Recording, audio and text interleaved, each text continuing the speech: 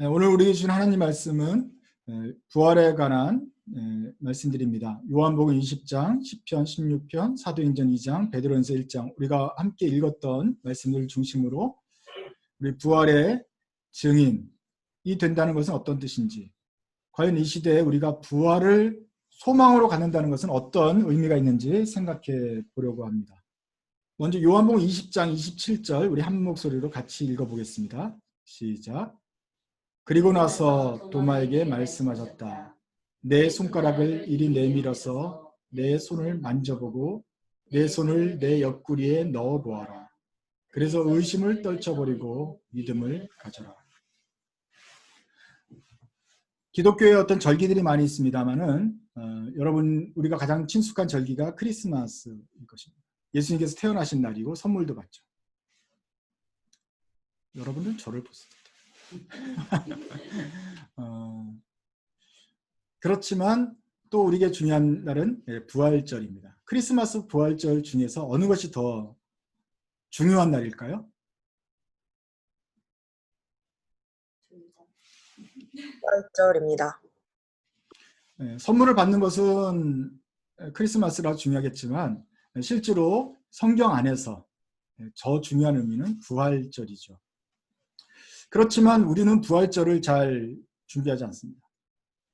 부활절 준비는 사순절로 해서 고난도 묵상하고 해야 되겠지만 부활절이 봄인관계로 벚꽃도 피고 개강 MT도 가고 소풍도 가고 하는 동안에 예수님의 죽음과 고난을 묵상하기가 쉽지 않습니다.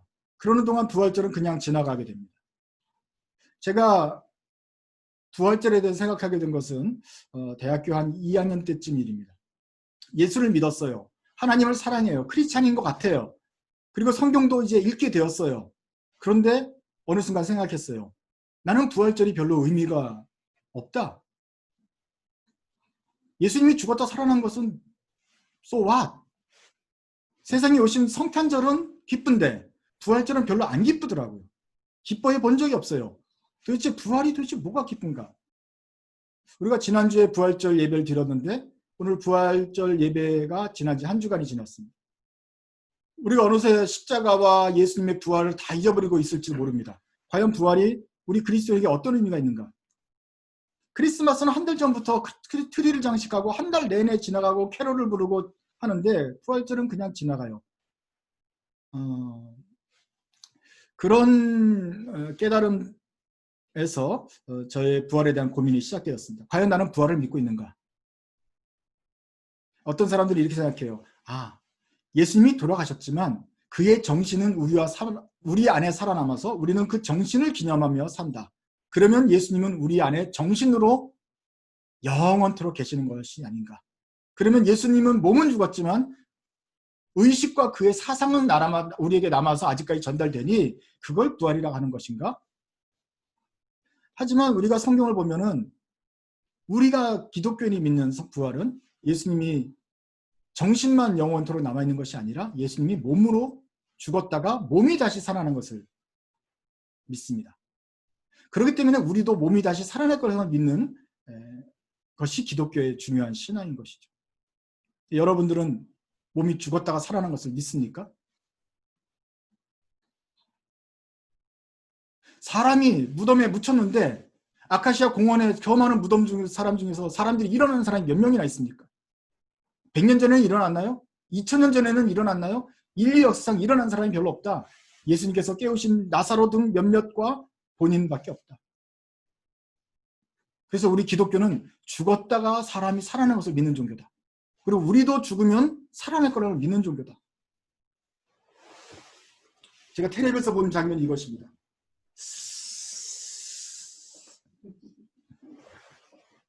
우리는 이걸 믿는 거예요. 그냥 머릿속으로만 있는 게 아니라 몸이 일어나는 것을 믿는 거라. 제가 목사이지만 가끔 가다가 제가 한심하다는 생각이 듭니다. 이걸 믿어지냐? 지금 우리가 지금 죽은 사람이 살아나는 걸 믿는 종교야? 너무 촌스럽고 너무 뭔가 미신 같은 느낌이 들 때가 있어요. 좀 이성적이지 않죠. 예수님의 제자들도 그랬습니다. 똑똑하고 믿음 있는 제자들이었고 하나님 나라를 사랑하는 제자들이었는데 죽은 사람이 쓱 하고 살아난다? 이건 믿을 수가 없었어요. 그래서 예수님 죽으신 다음에 제자들이 모였는데 제자들이 가운데 예수님이 나타나자 그제야 비로소 제자들이 믿었습니다. 그래도 도마는 그때 없었어요. 제자들이 예수님이 살아났다는 것을 말해주자 내가 그 손가락에 못자국을 넣어봐야 또 창자국에 손을 대봐야 믿겠다. 너희들 다 집단으로 미친 거지? 그랬습니다. 예수님이 다시 나타나시죠. 도마가 있을 때. 그래서 도마한테 말합니다. 도마야, 손을 넣어보아라. 그러자 도마가 믿습니다. 예수님이 십자가에 못 박혀 죽으시고 예수님이 체포당한 다음에 제자들도 그 다음에 체포당할 운명이었습니다. 그래서 다 쥐죽은 듯이 숨어 있었습니다. 그런데 어느 날 유대인들이 볼 때는 이 사람 이러면 이제 유대인 기독교인이 다 없어질 거라고 생각했는데 갑자기 어느 순간에 예수님이 살아났던 것을 제자들이 봤다는 소문이 들리고 제자들이 갑자기 변하기 시작했어요. 그전까지는 겁쟁했던 제자들이 갑자기 복음을 들고 나서기 시작했고 베드로가 설교를 하는데 도망쳐야 될 베드로가 공공장소에 나타나 설교를 하는데 예수님이 살아난 걸 내가 봤다. 너 잡아가둔다 해도 잡아가더라 하면서 당당히 나서는 거예요. 어느 순간에 뭔가 이 사람들에게 급격한 변화가 있었다. 어떤 변화가 있었을까? 그들의 스승이 잡혀 죽었는데 왜 제자들은 이렇게 담대히 나왔을까? 진짜로 부활한 건가? 얘네들이 진짜 부활하신 예수님을 본 건가? 로마 관원, 유대 지도자들도 혹시 살아난 거 아닌가? 생각하게 되었습니다. 왜냐하면 제자들이 바뀐 게 너무나 극적이었기 때문에 그렇죠. 우리 마음속에 살아계시겠지. 그 정도만 가지고 제자들이 그렇게 바뀐다는 건 쉽지 않습니다. 진짜로 본 건가? 라고 생각하게 된 것이죠. 많은 사람들이 또 생각합니다. 예수를 보았겠지. 근데 어두운 무덤에 가다가 새벽에 가서 여자들끼리 얼마나 무서웠겠어. 그런데 갑자기 천둥도 치고 그러니까 갑자기 희상을 보고서 헛기비를 보고서 예수님이 부활하셨다, 천사를 봤다 이렇게 하는 것이 와전이 되다 보니 예수님이 부활했다는 그런 전설이 생긴 거지라고 말을 합니다. 물론 마리아들 새벽에 본 여자들이 예수님의 부활을 전했고요.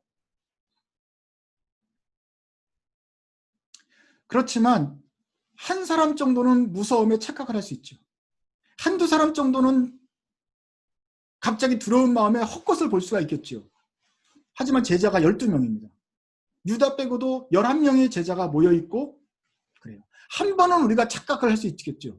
예수님이 12제자가 모였을 때 나타나셨고 도마까지 모여서 11명이 다 모였을 때 또 한 번 나타나셨고 거듭해서 디베라 바닷가에서 제자들과 함께 식사를 하셨고 40여일간 이들과 동행을 하시면서 거듭거듭 나타나셨다.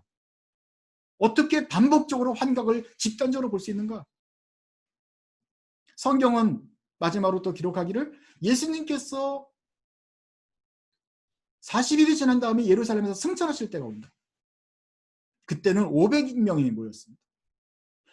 500여 형제들이 모여서 예수님이 올라가는 걸 보았다. 그리고 이 사도행전을 쓰던 당시에는 베드로를 포함해서 모든 그 500의 사람들이 살아있던 순간이다. 스테반도 보았을 것이고 12사도, 70문도, 120문도들이 다 예수님 500의 형제들이 다 예수님이 직접 살아나셔서 올라가신 것을 직접 보았다. 그러니 사람들한테 무척 들어봐도 너 진짜 본 거야? 헛것이지. 아니야, 내가 직접 봤어. 믿을 수 없는 사실을 내가 목격했어. 너 이번에 잘못했다고 말을 해. 잘못했다고 너가 예수는 신화라고 불어. 안 그러면 너도 십자가에 못 박을 거야? 위협을 해도 이 제자들은 굴하지 않았습니다. 왜? 내가 봤거든. 예수님께서 살아나신 것을 보았고 예수님께서 승천하신 것을 보았고 그 뒤로 성령께서 오신 것을 내가 경험했기 때문에 나는 본 것을 말하지 않을 수가 없다. 이런 면에서 예수의 제자들은 증인이 되었습니다. 자기가 본 것을 가감없이 진실만을 말하는 증인이라고 한다면 이들은 예수님의 부활을 증거했고 그 본 것을 위해서 목숨을 바쳤다. 그래서 성경을 보면서 이런 것을 공부하다 보니까 제 머릿속으로 예수님의 부활이 진짜로 있었던 사실이구나. 나는 부활한 예수를 본 적이 없어요.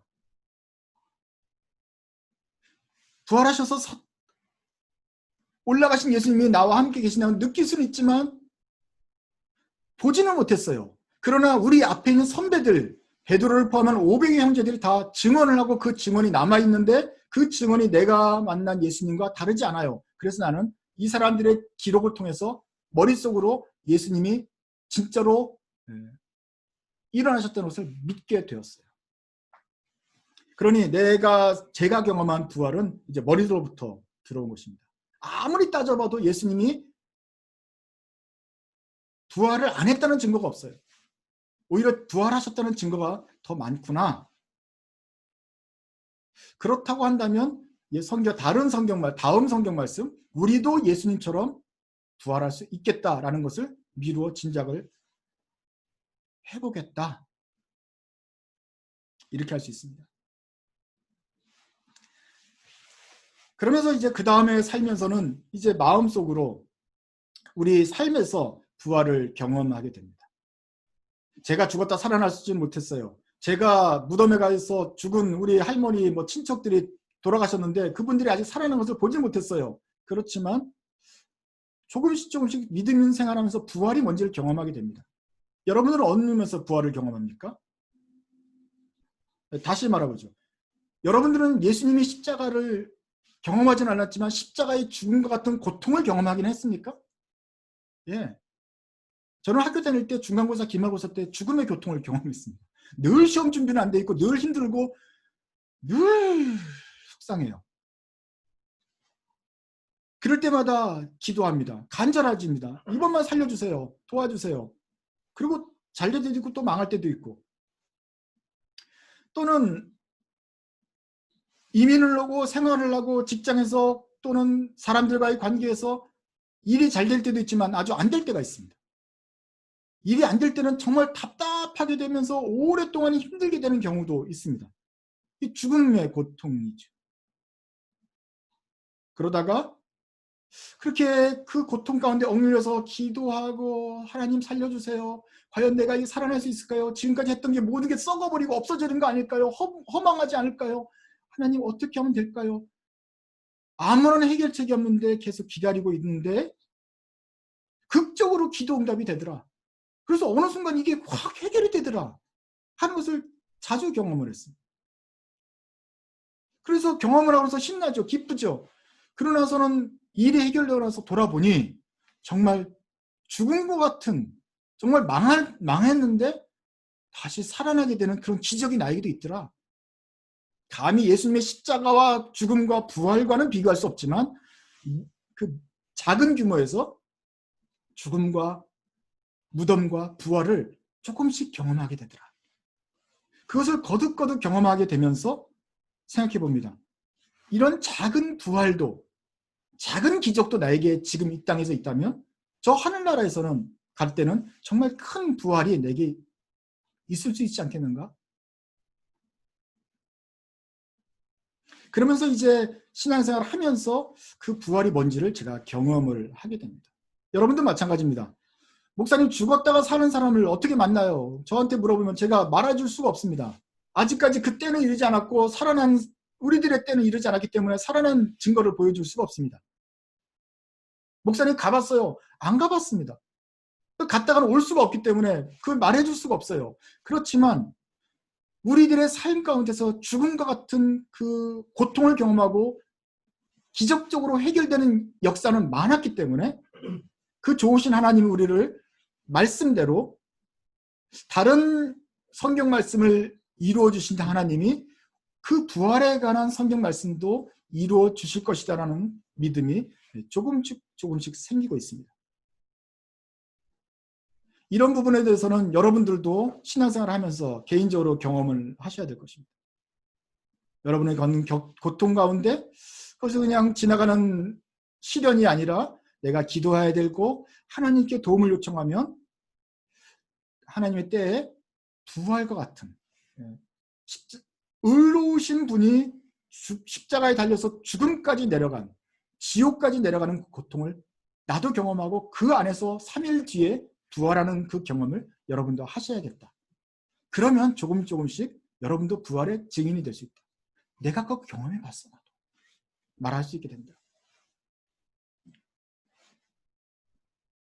우리는 베드로처럼 직접 부활하신 예수님을 보지 못하지만 그래서 우리의 삶 가운데서 부활하신 예수님을 경험을 할 수 있습니다.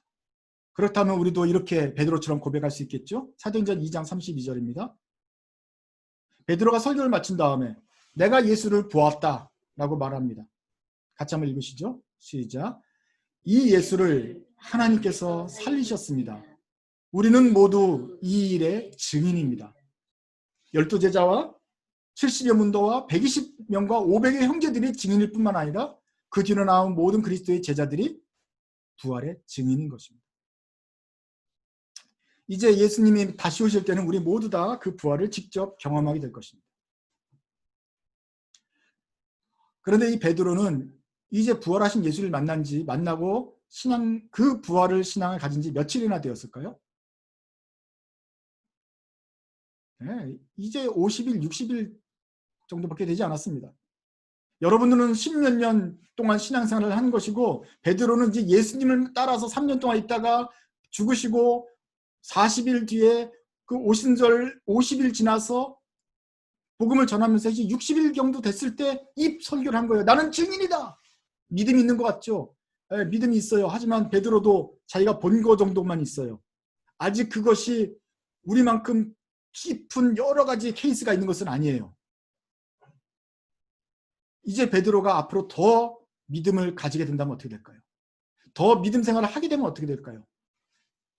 여러 가지 고난도 겪고 상승도 겪고 기도응답도 겪어가면서 점점점 믿음이 변하게 되면 살다 보면 베드로의 이 믿음, 나는 증인이다 하는 이 믿음이 희미해질까요? 아니면 더 깊어질까요? 지금은 예수를 본 지 50일밖에 안 돼서 생생하지만 앞으로 세월이 지나면 이 기억이 희미해질까요? 아니면 계속 그 믿음에 지킬 수 있을까요? 그래서 우리는 베드로전서 1장으로 한번 돌아가 보려고 합니다. 이것은 베드로가 오랫동안 목회를 하면서 사람들에게 복음을 전해서 로마에까지 복음이 전해지고 온 유럽에 복음이 전해지던 그런 시절에 베드로가 쓴 것입니다. 흩어져 있는 여러 교회들에게 편지를 씁니다. 베드로전서 1장 3절입니다. 우리 주 예수 그리스도의 하나님 아버지께 찬양을 드립시다. 하나님께서는 그 크신 자비하심으로 우리를 거듭나게 하셨습니다. 그리하여서 그는 죽은 사람 가운데서 예수 그리스도가 부활하심으로 말미암아 우리로 하여금 산 소망을 갖게 해주셨으며 썩지 않고 더러워지지 않고 낡아 없어지지 않는 유산을 물려받게 하셨습니다. 시간이 지나고 베드로도 늙었습니다. 힘껏 다해서 일하는 동안 고통도 당했습니다. 늙어지고 힘도 쇠약해졌습니다. 하지만 그 사람이 가지고 있는 부활에 대한 증인, 확신은 사라지지 않았습니다. 하나님을 찬송하는데 우리가 거듭났습니다. 어떻게 거듭났느냐? 그리스도가 부활하심으로써 우리가 새로운 살아있는 소망을 갖게 되었다. 산 소망. 우리의 소망은 그저 앞으로 살아났으면 좋겠다, 부활했으면 좋겠다 하는 그런 희미한 소망이 아닙니다. 희망이 아닙니다. 분명한 소망인데 이것은 살아있는 소망입니다. 이것은 진짜로 이루어질 소망인 것이죠. 예수님과 함께 나도 부활할 것이다. 예수님처럼 우리도 부활할 거라는 소망 때문에 베드로는 그 순교의 길도 갈 수 있었던 것입니다.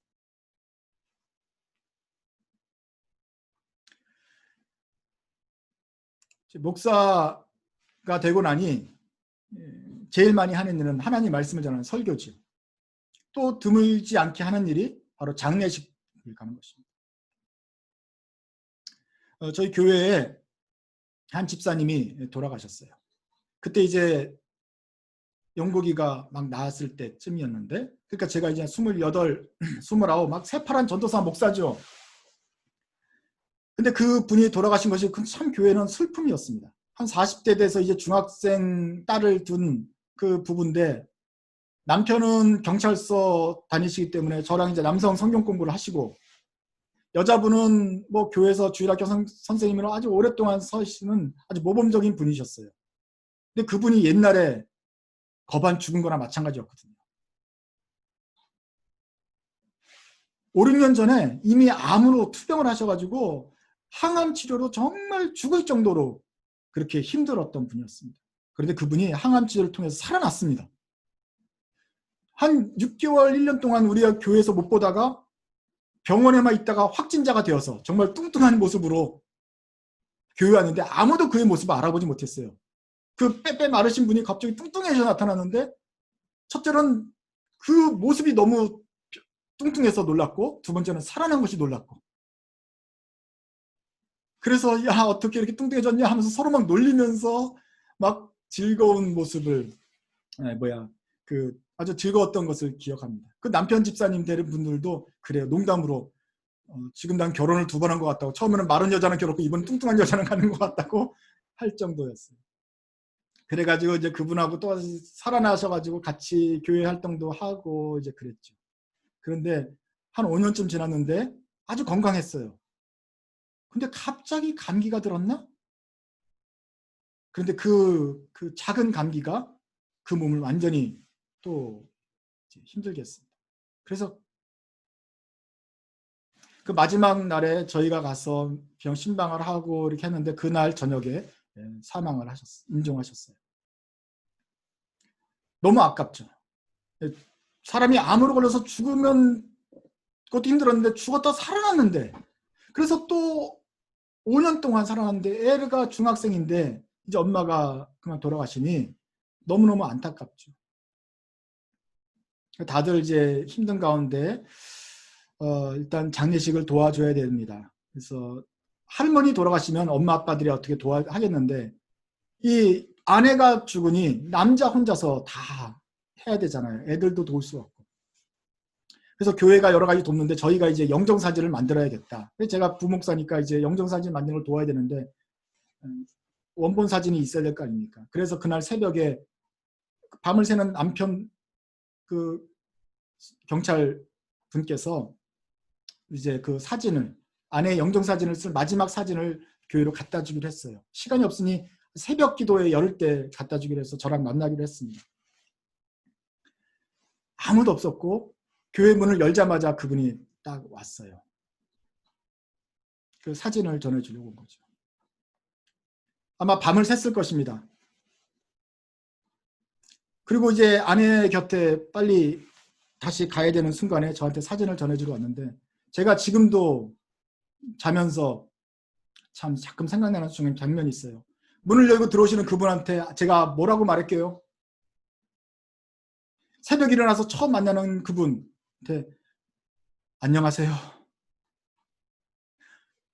12시간 전에 아내를 잃고 지금 그 아내의 영정사진을 들어보내고 자기가 지금 아내를 장례식을 치러야 되는 그분한테 제가 기껏 하는 말이 즉흥적으로 나온 것이 안녕하세요가 나온 거예요. 안녕하지 못하죠. 머릿속으로 알고 있는데 이분 벌써 안녕하세요가 나왔어요. 그분 대답도 못하고 이제 저한테 이게 그 사진입니다라고 말해주고 그렇죠. 서로 모르는 관계가 아니고 서로 아는 사람입니다. 그래서 그 정도 실수는 용납을 해주고 일단 받아주고 또 오늘 빨리 이제 가시라고 또 저희가 교회가 기도 끝나는 대로 병원에 가겠다고 이렇게 얘기하고 그랬습니다. 남자들끼리는 그렇게 이렇게 정이 깊은 대화가 나오지 않습니다.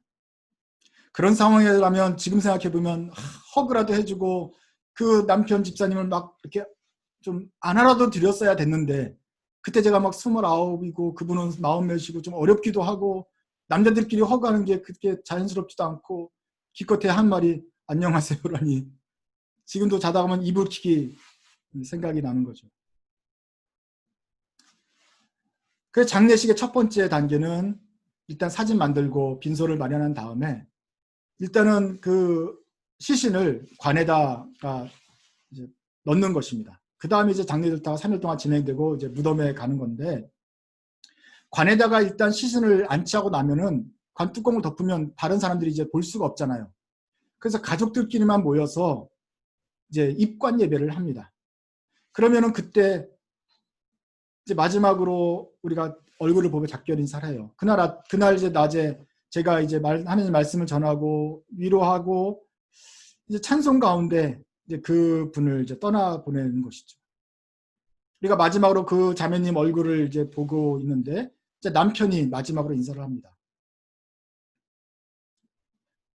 근데 그 남편 집사님이 그 죽은 아내의 입에 입을 맞추더라고요.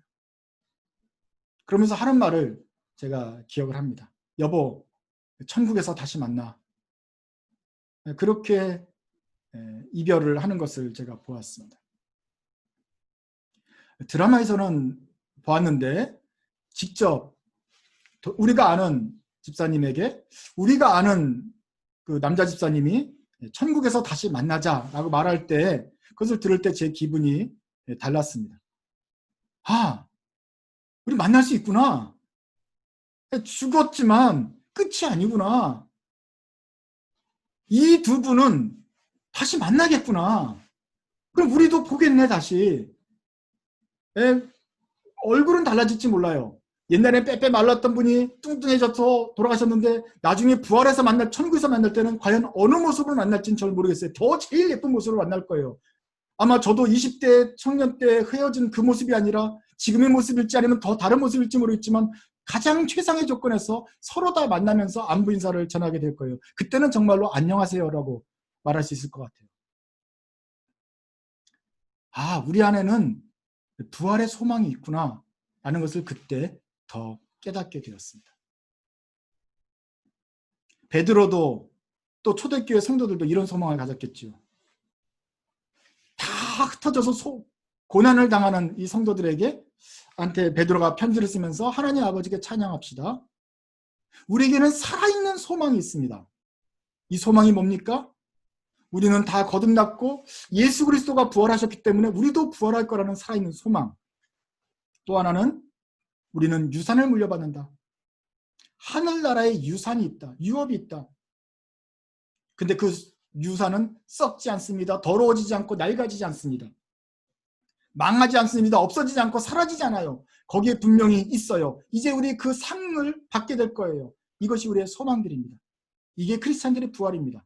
야, 이따 이렇게 해서 우리 코로나 바이러스, 야, 기업이 문 닫으면, 내가 잘리면, 그럼 우리 집은 어떻게 사나? 야, 나라의 돈도 지금 하루 이틀이지, 이거 실업수당까지 다 끝나고 나면 우리 망하는 거 아니고 전 세계가 망하나? 이렇게 해서 이렇게 끝나는 건가? 불안할 수 있습니다. 그러나 우리의 소망을 기억하십시오. 우리가 받을 부활의 소망은 확실하게 살아있는 소망이고, 우리가 받을 하나님으로부터 받을 상은 썩지도 않고 더러워지도 않고 없어지지 않는 분명한 상급입니다. 이 땅에서 우리가 어려움을 당할지라도 망하지 않습니다. 멸망하지 않습니다. 허무하게 없어 사라지지 않습니다. 분명하게 하나님께서 갖고 있습니다. 붙잡고 계십니다. 사람이 죽는다는 것은 목숨만 끊어지는 게 아니라 그가 가졌던 모든 업적과 모든 기억이 사라진 것을 말하죠. 그래서 사라지기 때문에 우리는 영원한 이별이라고 말을 합니다. 그러나 그리스도 안에서는 영원하게 이별하는 것이 아닙니다. 다시 살아납니다. 우리가 가졌던 모든 노력, 희망, 추억, 아름다운 성과들, 기쁨들 다시 살아납니다.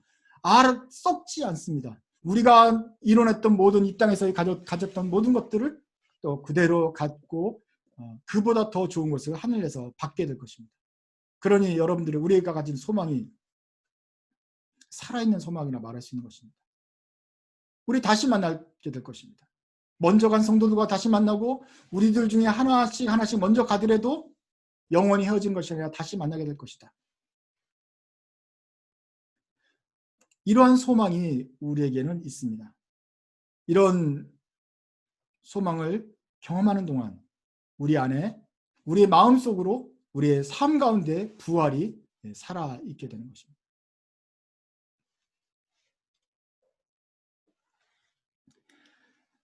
그래서 시편 기자는 이렇게 말을 합니다.